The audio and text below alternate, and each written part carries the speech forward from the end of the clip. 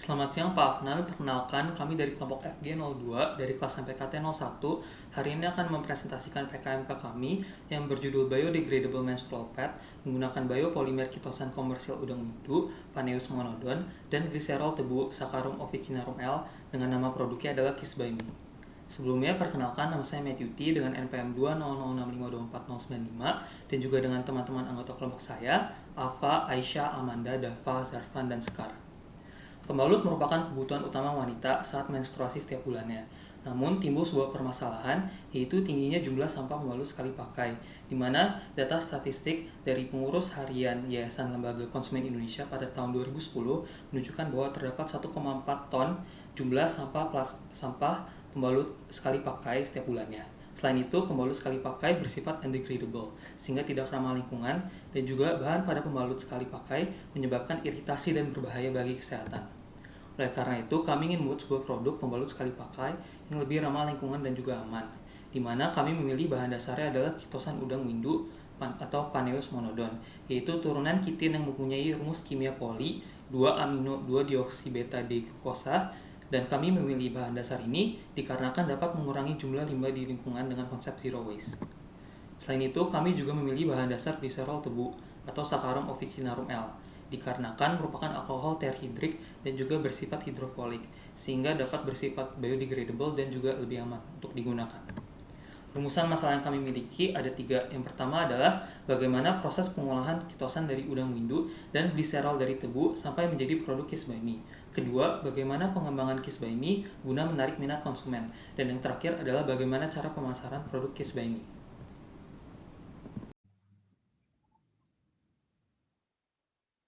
Nama saya Amanda Lintang Cahyani, NPM saya 20064727173. Tujuannya untuk mengetahui proses pengolahan kitosan dari udang windu dan gliserol dari tebu sampai menjadi produk Kiss by Me, mengetahui pengembangan Kiss by Me guna menarik minat konsumen, dan mengetahui cara pemasaran produk Kiss by Me. Luaran yang diharapkan, Kiss by Me dapat menjadi produk pembalut alternatif dengan memanfaatkan limbah kitosan dari udang windu sehingga bisa mengurangi limbah plastik sekaligus limbah pembalut yang sulit terurai. Dapat dijangkau oleh seluruh pasar karena harga yang ekonomis dan dapat membuka peluang usaha yang menguntungkan dan berkelanjutan serta mengurangi cangkang udang windu yang melimpah. Kegunaan programnya untuk masyarakat menjadi sumber pendapatan bagi penambak udang windu, meningkatkan kesejahteraan masyarakat dan menumbuhkan usaha berskala kecil dan menengah, menumbuhkan tingkat kreativitas masyarakat dan meminimalisir dampak dari limbah kulit udang windu. Untuk mahasiswa, meningkatkan kemampuan berwirausaha, menjadi wadah berinovasi mengenai pengembangan produk, melatih kemandirian melalui keuntungan yang didapat, dan sebagai sarana untuk melatih kemampuan bekerja sama dalam tim untuk bekal berwirausaha. Untuk pemerintah dapat mengurangi angka pengangguran dan mendukung program pemerintah dalam kampanye Go Green dan Indonesia Mandiri. Spesifikasi teknis komoditas. Ketosan adalah turunan kitin yang hanya dibedakan oleh gugus radikal yang merupakan suatu polisakarida berbentuk linier yang terdiri dari monomer N-asetylglukosamin dan D-glukosamin. Ketosan dapat diproduksi secara kimiawi dalam proses deasetilasi menggunakan larutan basa atau alkali panas dan secara enzimatis menggunakan enzim kitin deasetilasi. Zat kitin terkandung dalam berbagai cangkang hewan invertebrata laut, terutama krustasea. Peluang didapat dari limbah kitin yang belum dimanfaatkan sebesar 56.200 metrik ton per tahun. Gliserol digunakan pada proses pembuatan plastik biodegradable untuk meningkatkan sifat mekanik dari plastik.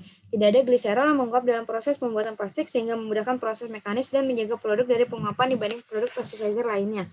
Gliserol menggunakan minyak goreng bekas dalam pembuatannya dan didapatkan dengan mendelignifikasi ampas tebu menggunakan metode organosolv. Gambaran umum bahan baku. Proses produksi. Proses produksi yang dilakukan oleh Kiss by Me sesuai dengan standar nasional Indonesia karena memperhatikan keamanan dan keselamatan. Proses sesuai guidance US Food and Drug Administration yaitu elemental chlorine free atau ECF bleaching dan totally chlorine free atau TCF bleaching. Pembuatan produk juga mendukung gerakan Sustainable Development Goals di bidang good health and well-being dan climate action karena menggunakan bahan-bahan dari limbah. Bahan baku utama yang pertama yaitu kitin. Kitin diperoleh dari limbah cangkang udang. Melalui proses demineralisasi dan deproteinasi dihasilkan kitin sebesar 157.005 ton dengan rendemen 20%. Selanjutnya itu proses deasetilasi kitin diperoleh kitosan sebesar 125.604 ton dengan rendemen 80%. Yang kedua yaitu gliserol. Gliserol diperoleh dari tebu melalui proses peragian. Bahan lainnya yaitu ada kapas dan kertas yang dihasilkan oleh produsen di Malang. Selanjutnya itu ada alat-alat yang digunakan. Pertama, gelas ukur, timbangan, neraca digital, pengepres, hot plate steamer, alat penggiling, gelas beker, kaca arloji, corong, tabung reaksi, pipet tetes, alat pengaduk, alat penyaring, dan oven. Berikut adalah gambaran umum sumber daya tenaga kerja. Merupakan mahasiswa jurusan teknologi bioproses, terdiri dari 5 orang. Tugasnya yaitu mulai dari pengadaan bahan baku hingga pemasaran, dan pekerjaan yang dilakukan sesuai dengan standar operasional prosedur atau SOP. Halo semuanya, perkenalkan nama saya Ahmad Fahrezi dari Teknik Elektro 2020. Kali ini saya akan membahas tentang pemasaran dari produk yang kami buat. Untuk strategi pemasarannya sendiri, kami melakukan penyebaran informasi secara tidak langsung, yaitu melalui media, pameran, atau seminar kewirausahaan. Kemudian kami melakukan penyebaran informasi secara tidak langsung dengan cara internet marketing seperti Facebook, Instagram, WhatsApp, atau ditambah dengan situs web yang kami buat sendiri. Kemudian yang ketiga ada membuat pengemasan dengan menarik, yaitu kami membuat kemasan Kiss by Me ini dengan apik. Kemudian harga yang kami tawarkan juga sesuai dengan kantong pembeli. Kemudian di produk yang kami tawarkan ini dipasarkan ke berbagai daerah, jadi tidak hanya di Pulau Jawa, namun rencananya kita akan memasarkannya ke luar Jawa juga. Kemudian kami lakukan promosi tersebut secara berkala, jadi Kiss by Me ini terus eksis ada di masyarakat. Nah, kemudian target pasar yang kami buat adalah untuk pelajar dan mahasiswi ukuran 24 cm itu di harga 17.000. Kemudian untuk 35 cm-nya ada di harga 19.000. Kemudian untuk wanita dewasa ukuran 24 cm-nya ada di harga 20.000 dan ukuran 35-nya ada di 22.000. Kemudian ada di wisatawan wanita ukuran 24 cm, harga jualnya ada di 22.000 dan ukuran pasarnya ada di 24.000 untuk yang ukuran 35 cm. Kemudian untuk karakteristik pelanggan sendiri, untuk mahasiswa itu kisaran antara 12 sampai 25 tahun. Untuk aktivitas yang mereka lakukan biasanya antara indoor ataupun outdoor. Kemudian wanita dewasa sekitar 26 sampai 55 tahun, kegiatannya indoor dan outdoor. Kemudian wisatawan wanita biasanya berusia 12 tahun sampai 50 tahun. Untuk analisis finansialnya, harga produk Kiss by Me ukuran 24 cm adalah 12.948.000. Untuk ukuran 35 cm adalah 14.170. Kami menjual pembalut Kiss by Me ini ukuran 24 cm itu dengan harga 17.000 per kotak dan ukuran 35 cm 19.000 per kotak dengan masing-masing isi produk 10 per kotak.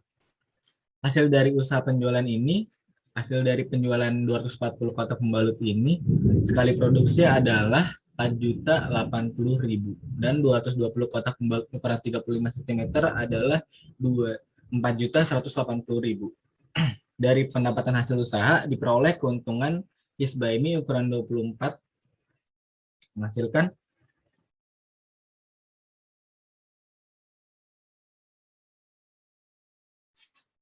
keuntungan 2.035.080 perak. Setiap rupiah yang dikeluarkan untuk produk Kiss by Me ukuran 25 cm menghasilkan penerimaan sebesar 101,43 rupiah. Dengan rasio kelayakan usaha ini lebih dari 1,4 rupiah. Dan terjual sebanyak 9 kotak Kiss by Me ukuran 24 cm per bulan. Oke, sekian dari saya. Terima kasih. Wassalamualaikum warahmatullahi wabarakatuh.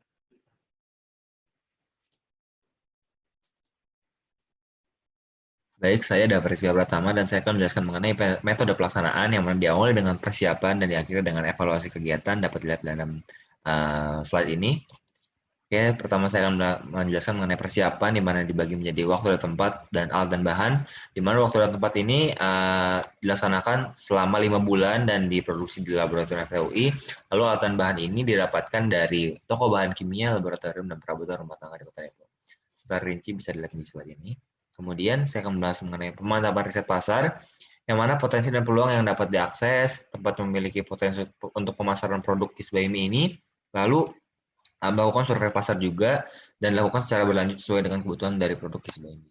Kemudian saya akan menjelaskan mengenai pelaksanaan produksi yang diawali dengan menyiapkan konsentrat protein dan selulosa dan diakhiri dengan melapisi plastik dengan kapas di atasnya dan yang terakhir kertas tip sebagai layar teratas. Kemudian saya akan menjelaskan mengenai labelisasi produk di mana pengajuan sertifikasi seperti BPOM ini atau Badan Pengawasan Obat dan Makanan sebagai produk inovasi dari Kisbami. Lalu penulis juga akan melakukan labelisasi produk dengan nomor sertifikasi BPOM. Nah, tujuan dari labelisasi produk ini adalah memperluas pemasaran, penguatan branding produk, dan hak pemilikan produk kami. Sekian dari Assalamualaikum warahmatullahi wabarakatuh. Saya Muhammad Zarfan dengan NPM 2008-30. Selanjutnya untuk pemasaran produk, yang pertama ada marketing offline dan online. Untuk marketing online terdiri dari promosi acara umum, pembelian paket hemat, dan pemilihan grosir dan reseller.